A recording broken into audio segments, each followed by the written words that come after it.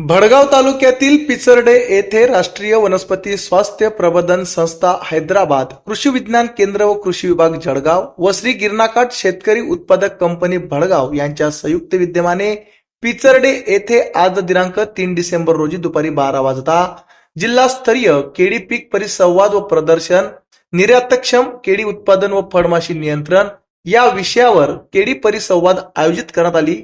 यावेळी जळगाव जिल्हा कृषी अधिकारी कुर्बान तडवी, वैज्ञानिक अधिकारी हैदराबाद डॉक्टर चंद्रशेखर गुप्ता, अपेडाच्या झोनल मॅनेजर प्रणिता चौरे, नाबार्ड जिल्हा व्यवस्थापक अमित तायडे, अपेडाचे मुंबई उपव्यवस्थापक प्रशांत वाघमारे, विठ्ठल गंगा शेतकरी उत्पादक कंपनी माडाचे अध्यक्ष धनराज शिंदे, पाचोरा कृषी उपविभागीय किशोर मांडगे, कृषी विज्ञान केंद्राचे डॉक्टर हेमंत बाहेती, शास्त्रज्ञ किरण जाधव, भडगाव कृषी अधिकारी आर्यन जाधव, श्री गिरणाकाठ शेतकरी कंपनीचे अध्यक्ष विनोद बोरसे यांच्यासह जळगाव जिल्ह्यातील मोठ्या प्रमाणात शेतकरी बांधवांची उपस्थिती होती।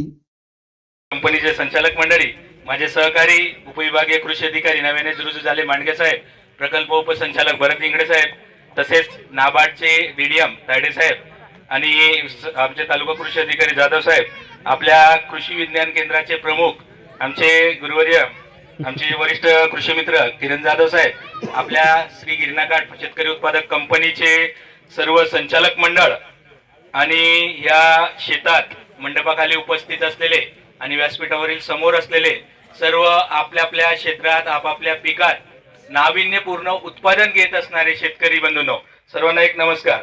आजचा हा आपला केळी पीक परिसंवाद आहे। केळी पीक परिसंवादाच्या अनुषंगाने मी प्रथमतः म्हणजे आयोजकांचं म्हणण्यापेक्षा जाधव सरांना आणि कल्पनाही देतो की मी मार्गदर्शन थोडंसं करत नाही, तर थोडासा हितगुज साजतो। कारण हितगुज साजणे आणि मार्गदर्शन करणे या दोन शब्दामध्ये मोठा फरक आहे।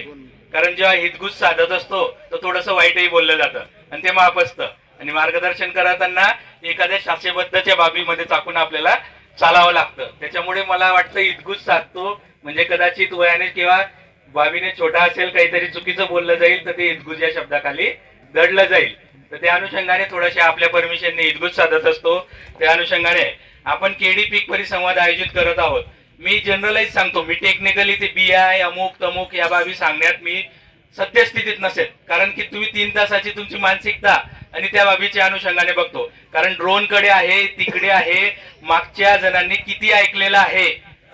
कारण आपल्याला कल्पना आहे की आपण जेव्हा पंक्तीत जेवायला बसतो तेव्हा नवरदेव कसा दिसत होता, नवरी कसं दिसत होता, अंगण कसं होतं या बाबीवर चर्चा करतो, आणि जेव्हा वरात येत असते तेव्हा आपण जेवण काय या बाबीवर चर्चा करत असतो। म्हणजे सांगायचा उद्देश आणि मतितार्थ एकच की आपण केळी पीक परिसंवादासाठी बसलेलो आहोत, आणि केळीच्या पिकाच्या अनुषंगाने, ज्ञानाच्या अनुषंगाने आपण किती सतर्क बसलेलो आहोत या अनुषंगाचं विचारत आहे। मान्य आहे की आपण उत्पादनात म्हणजे श्री डोकेजींना सांगत असतो याच्यातले कदाचित थोडंसं स्वार्थी होईल आणि हितगुज शब्दाखाली दबेल, की ज्या अनुषंगाने आहे उत्पादकता आणि उत्पादन या दोन कन्सेप्टला जर म्हटलं तर जळगाव दी टॉप द शब्द ज्याच्या मागे लागतो जो युनिक असतो, त्याच्यामुळे दी टॉप जळगाव जिल्हा, no issue, production no issue.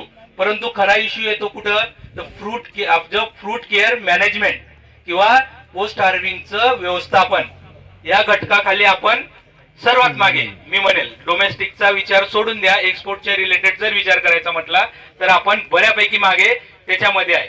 आमच्या चॅनलला लाईक करा, सबस्क्राईब करा, बेल आयकॉनवर क्लिक करा आणि हो शेअर करायला विसरू नका।